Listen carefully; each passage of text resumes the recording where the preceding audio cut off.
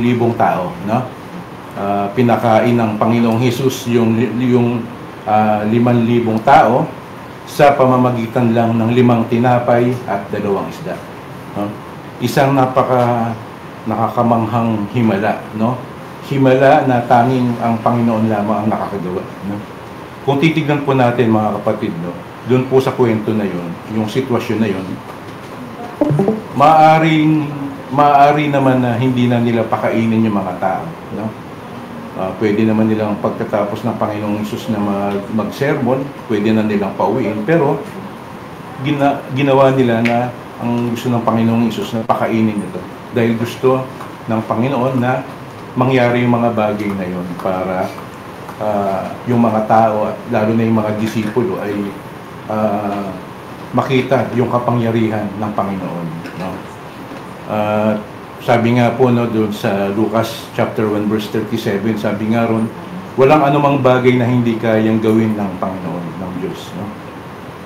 At yung nangyari nga po yung pagpapakain na yon, no, yung napakain yung 5,000, actually hindi lang 5,000, yung 5,000 na yon puro mga lalaki lang, bukod pa yung mga babae at saka yung mga bata, no?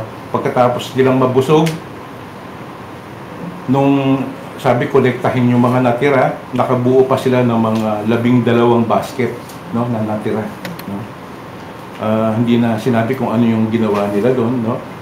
Pero kadalasan po, mga kapatid, sa buhay natin, no, ganun, kapag kumilos po ang Panginoon, no, sa buhay natin, no, yung mga problema, no, wala yan kung ikukumpara sa kapangyarihan ng Panginoon, no? Kung natatandaan nyo nga, no, yung halimbawa, kapag wala na kayong makain, no, bigla na lang may kakatok sa pinto ninyo, kapitbahay ninyo, na may dala-dala ng pagkain, no? Or, kunwari, medyo kinakapos na yung budget nyo sa isang buwan, no? Parang sa tingin nyo hindi na magkakasya ito, pero magugulat na lang tayo, lilipas yung isang buwan na makakaraos tayo, no? No? At kung titignan po natin ito ng malalim na kahulugan, no? Kung babalikan po natin yung kwento na ang talagang ibinibigay ng Panginoong Hesus na tinapay ay ang kanyang sarili, no? Para doon sa mga tao, no? Ang sinasabi nga po sa 1 chapter 6 verse 35, ang sabi po dito, sinabi ni Hesus, ako ang tinapay na nagbibigay buhay. Ang lumalapit sa akin ay hindi na magugutom kailanman, at ang sumasampalataya sa akin ay hindi na mauuhaw kailanman. No? Purihin po natin ang salita ng Diyos. No? Meron pong 2 klase na pagkain na nabanggit ang Panginoong Hesus, no? Kung titignan po natin dun sa 1 chapter 6 verse 26, chapter 6 verse 26 to 27, no? Ang pagkain ng ating physical na katawan, no, at ang pagkain ng ating espiritu, no, na kung saan ito po yung pangunahing kailangan natin, no? Dahil nga po ang ating espiritu, kung looking back po doon sa nangyari doon sa unang mga panahon, no, na nahiwalay po tayo sa Panginoon, no? Tayo ay spiritually separated, no, tayo sa Panginoon dahil po sa kasalanan. Kaya ang kailangan natin ang Panginoong Jesucristo upang makabalik muli tayo sa Diyos, no? Kasi po siya lang yung ating tagapamagitan, no? Siya po yung ating mediator. Kung babalikan po natin yung Juan chapter 6 verse 35, no? Sa malalim na kahulugan, ang kailangan ng ating espiritu ay walang iba kundi ang ating Panginoong Jesucristo, no? Na kung saan ang sabi nga po ron, ang lumalapit sa Kanya ay hindi na magugutom kailanman. At ang sumasampalataya sa Kanya ay hindi na mauuhaw kailanman, no? Sapagkat ang ibinibigay po ng ating Panginoong Hesus ay buhay na walang hanggan, no? Sa atin pong pagpapatuloy, no, ang atin pong reference verse ay Mateo chapter 14 verse 22 to 23. No, unahin po natin yung verse 22. Ang sabi po dito, ito po ay mga pangyayari pagkatapos po nung pagpapakain niya doon sa 5,000, no? Sa verse 22, agad pinasakay ni Jesus sa bangka ang mga alagad at pinauna sa kabilang ibayo. Samantala, pinauwi naman niya ang mga tao. No? Verse 23, matapos niyang paalisin ang mga ito, mag-isa siyang umakyat sa bundok upang manalangin. No? Nag-iisa siyang inabutan doon ng gabi. Kung mapapansin po natin mga kapatid, no? Kung babasahin po natin lalo na po sa New Testament, no?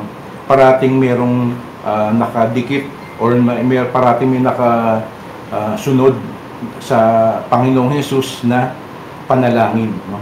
Na kung saan ibig sabihin, no, parating sa buhay ng Panginoong Jesucristo, parati siyang nananalangin, no, sa Diyos Ama. Verse 24, ang sabi rito, samantala ang bangka ay nasa laot, ngunit sinasalpok ito ng mga alon dahil pasalungat ito sa hangin. No? Kung titignan po natin, no, ito pong verse na ito, ang laman ng bangka ay yung mga alagad lamang, no? Wala pa po doon ang Panginoong Jesucristo. No? Hindi pa nila kasama. Mga kapatid, kadalasan, no? Kadalasan sa ating buhay, hindi parating smooth sailing, no? Lalo na kapag hindi natin kasama ang Panginoon sa ating buhay, no? Darating at darating sa buhay natin yung malakas na hangin, no? At malakas na pagsalpok ng mga alon na bangka sa bangka, no? Sa buhay natin, no? Inilalarawan po nito mga kapatid yung mga problema, mga kapighatian, no? At mga pagdurusa natin sa buhay, no? Sa verse 25, ang sabi rito, verse 25 to 27. Ang sabi po rito, nang madaling araw na sumunod sa kanila si Jesus na naglalakad sa ibabaw ng tubig. Verse 26, kinilabutan sa takot ang mga alagad nang makita nilang may lumalakad sa ibabaw ng tubig. Multo, sigaw nila. Verse 27, ngunit nagsalita agad si Jesus at sinabi sa kanila, huwag kayong matakot, ako ito. No? Kadalasan po mga kapatid, sinasabi po sa atin ng Panginoon na huwag tayong mag-worry, no? Huwag tayong matakot. No? Bakit po kaya ginawa ng Panginoong Jesus na magpakita sa mga alagad niya na siya ay naglalakad sa ibabaw ng tubig? No? Marahil gustong ipakita o patunayan ng Panginoong Hesus yung kanyang pagka-Diyos, no? Gusto niyang i-demonstrate yung kanyang command sa mga natural elements katulad nga ng hangin, no? Yung alon, no? Gusto niyang ipakita yung kapangyarihan ng pagiging Diyos, no? Although marami na siyang mga nagawang mga himala, no? Nakasama yung mga alagad niya, pero ito yung himala niya nung lumakad siya sa ibabaw ng tubig na ito ay higit, no? Ito ay higit sa iba. Ito ay nakapagsalita or nakakumbinse dun sa mga disipulo niya, no? Kung lalaktaw nga po tayo, no, sa verse 32 to 33, ang sinabi nga po ron nung mga alagad niya, pagkasakay nila sa bangka, tumigil ang hangin. Verse 33, sinamba siya ng mga nasa bangka, tunay nga kung kayo ang anak ng Diyos, sabi nila. No? Ito po yung sabi ng mga disipulo niya. Verse 28, sabi po rito, sinabi ni Pedro, Panginoon, kung talagang ikaw nga yan, hayaan mong ako'y pumunta sa iyong kinaroroonan dyan, sa ibabaw ng tubig. No? Nung makita ni Pedro ang Panginoong Hesus sa ibabaw ng tubig na naglalakad, no, nais niyang puntahan ito. No? Kaya po ngayon pong umaga, ang mensahe po sa atin ng Panginoon, no, na Peter walks on the water. No? Naglalakad si Pedro sa tubig. No? Kung babalikan nga po, no, kung titignan po natin yung verse 29, ang sabi po diyan, sumagot po ang Panginoong Hesus kay Pedro. Ang sabi niya, Um, Sumagot siya, halika. Mula sa bangka ay lumakad si Pedro sa ibabaw ng tubig papunta kay Jesus. No? Nakapaglakad po si Pedro sa ibabaw ng tubig. No? Pero ang sabi po, kung titignan po natin, no, yung verse 29, ang sabi po sa kanya ng Panginoong Hesus, halika. No? Yun pong salitang halika or come, ito po ay isang salita ng pag-aanyaya. No? Kung titignan nga po, no, ang sabi nga raw po ng mga Bible scholar, no, meron daw pong mahigit na 1,000 na invitation na makikita sa Biblia, no. Alam niyo po mga kapatid, parati pong nag-i-invite, no? Parati pong nag-aanyaya sa atin ang Panginoon, no. Minsan hindi natin alam, no. Minsan na-take for granted natin ito, no? Pero pati pong nag-aanyaya, no? Kung sisilipin po natin ang Biblia, ito po ay mga halimbawa, no, ng pag-aanyaya sa atin ng Panginoon. Ang sabi po sa Matthew chapter 11 verse 28. Sabi po, kapit kayo sa akin, sabi po, lahat na nahihiran at nabibigatang lubha sa inyong pasanin at kayo'y bibigyan ko ng kapahingahan. No? Yan po yung sinasabi sa Mateo chapter 11 verse 28. No?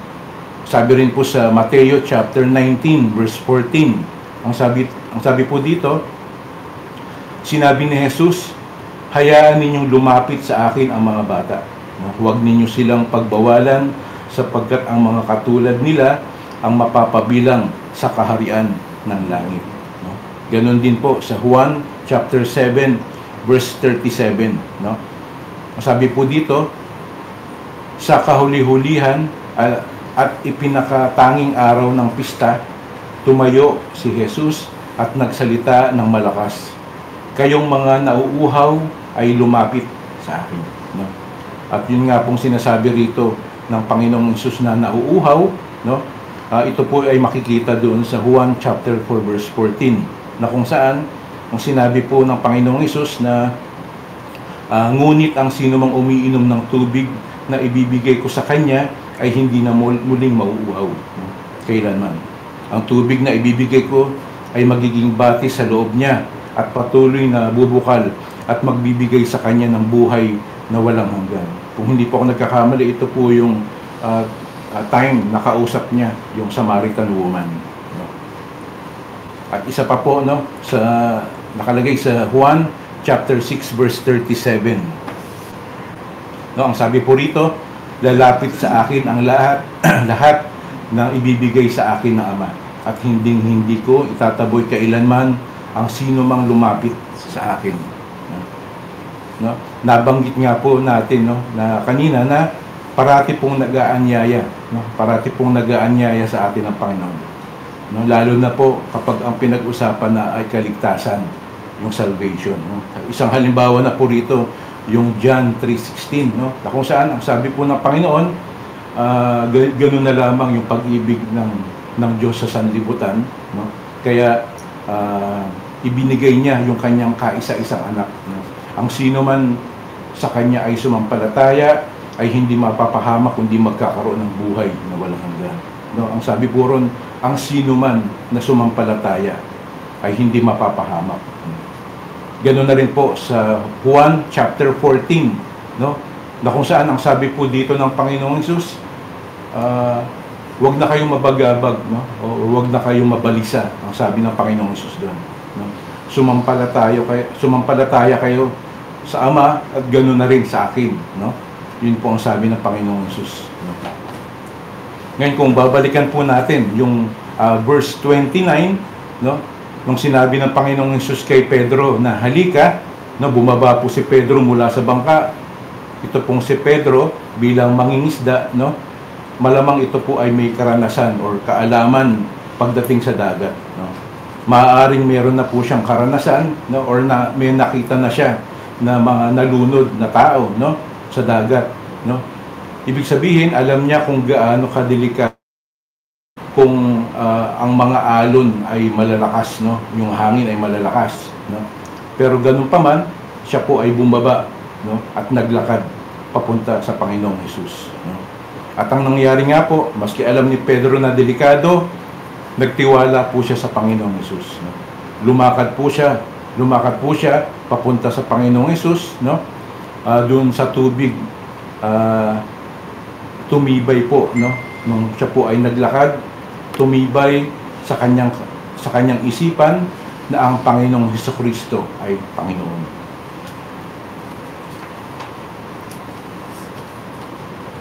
Tayo po mga kapatid, sa atin pong buhay bilang Kristiyano, no? Ang pagtanggap po natin sa mga pangako ng Diyos, no? Yung pong ating pagtitiwala, no, sa salita ng Diyos, yun pong pagsunod or pagtitiwala natin sa Panginoon, nagagabayan niya tayo sa ating buhay, no? Ang tawag po sa lahat ng iyan, mga kapatid, pananampalataya, no? No, at kapag pinag-usapan na po ang pananampalataya, panigurado po papasok na po diyan ang kalaban, no? Dahil yun po ang gawain ng kalaban, no? Nasirain ang ating relasyon at pananampalataya sa Panginoon. Sa verse 30, ang sabi po dito, ngunit nang mapansin niya na malakas ang hangin, siya'y natakot at nagsimulang lumubog. Ang sabi po niya, Panginoon, sagipin ninyo ako, sigaw niya, no? Pumasok na po yung kalaban, no? Yung pong kanina na nagtitiwala siya sa kapangyarihan ng Panginoon, siya po ay nakapaglakad, no? At nung nagsimula na siyang matakot, no? Doon na po siya nagsimulang lumubog, no? Dito po sa kwento, no? Yung pong hangin ay maingay at malakas, no? Ganun din po yung alon, no? Si Pedro po ay natakot, kaya ang nangyari, siya po ay nagsimulang lumubog. Ito po ang mga kapatid, ito po ang kasalukuyang kalagayan natin, no? Tayong mga Kristiyano, no? Pumapasok po parati ang kalaban, no? Kalaban ng pananampalataya, no? Kung kakamustahin ko nga po ang bawat isa, no? Nung mga nakaraang bagyo, no? Sunod-sunod, nagkaroon po ba kayo ng pagkabagabag, no? Or pagkabalisa, no?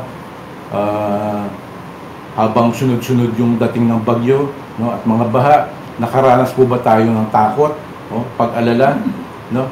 Yun po bang naranasan na takot ni Pedro ay yung pong naranasan na takot ni Pedro ay mga kalaban ng kanyang pananampalataya, no? Kaya nga po siya lumubog, no? Nagsisimulang lumubog sa tubig, no? Yun daw pong takot at pananampalataya ay magkasalungat, no? Sapagkat ang takot humihina, no? Or nawawala yung ating tiwala sa Panginoon, no? Samantalang sa pananampalataya, no, nadadagdagan at tumitibay ang ating tiwala sa Panginoon, no? Ang sabi nga raw po, habang tumataas ang ating pananampalataya, no, bumababa yung ating takot or nawawala, no? Kasi po habang tumitibay ang ating pananampalataya sa Panginoon, no, lalo tayong nagtitiwala sa Kanya, no? Kung babalikan nga po natin, no, yung verse 30, no? Nung lumubog na siya, no, nung lumubog na po ang lumubog na si Pedro, no, ano po yung lumabas sa bibig niya, no? Ano po yung nasabi ni Pedro, no, nung lumulubog na siya? Ang sabi niya po diyan, Panginoon, sagipin ninyo ako, no? Kung titignan po natin, mga kapatid, ito ay maikli at matinding panalangin na nabanggit ni Pedro, no? Isang panalangin na kumikilala sa kapangyarihan ni Kristo para tulungan at sagipin siya, no? Kaya po sa verse 31, ang sabi po diyan, agad siyang inabot ni Jesus, no? Bakit ka nag-aalinlangan? Napakaliit ng iyong pananampalataya, sabi niya kay Pedro, no? Ang nangyari nga po, nung humingi siya ng tulong sa Panginoon, no, kaagad na iniunat ni Jesus ang kanyang kamay at iniligtas si Pedro. Mga kapatid, yung ating pong Panginoon, no, kung titignan po natin, Ang ating pong Panginoon ay Diyos na mapagmahal at mahabagin, no? Parati po niyang iniuunat ang kanyang mga kamay para sa atin, no? Sa oras ng ating paghingi ng tulong, no? Pero in God's way, no? Sa kaparaanan ng Panginoon, no? Sa kanyang kalooban, hindi sa pamamaraan na iniisip nating mga tao. Sa verse 32, ang sabi po diyan, pagkasakay nila sa bangka, tumigil ang hangin, no? At sinamba siya ng mga nasa bangka. Tunay nga pong kayo ang anak ng Diyos, sabi nila. No? Dahil nga po, nasaksihan at nakita nila yung kapangyarihan ng Panginoong Hesus, no? Nung ito ay naglakad sa ibabaw ng tubig, at nung sumakay na ito sa bangka, nagsimulang tumigil ang mga hangin. Ang sabi po dito, no? Sinamba siya ng kanyang mga alagad, at ang sabi, tunay nga pong kayo ang anak ng Diyos, no? Yun po yung sabi ng mga alagad niya. Mga kapatid, ito pong kwento na ito, na simpleng kwento, no? Pero isa po itong pagpapaalala sa atin, lalo na po sa atin buhay bilang Kristiyano, no? Upang kilalanin natin ang kapangyarihan ng ating Panginoon. Minsan kasi nate-take for granted natin, no? Kapag may mga problema na, yung sarili natin kakayanan ang ginagawa natin, no? Hindi ka agad tayo lumalapit sa Panginoon, no? Mula po sa pagpapakain sa 5,000 tao at yung paglakad ng Panginoong Hesukristo sa tubig, no? Ito po ay pagpapatunay na ang ating Panginoon ay makapangyarihan, no?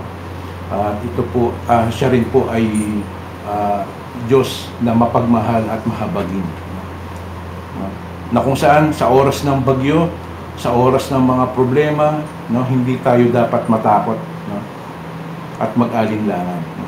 Isang paalala rin sa atin na maaaring ito po ay mga paanyaya sa atin ng Panginoon, no? Kung babasahin po natin yung kanyang mga banal na salita, no? Kaya po tayo po mga kapatid, tayo po ay tumugon, no, sa mga paanyaya ng Panginoon sa buhay natin, sa ating pananampalataya, no? Tatanggapin tayo, no? Tatanggapin tayo ng Panginoon, tatanggapin tayo niya, at aalagaan tayo, no, sa mga oras ng bagyo natin sa buhay, no?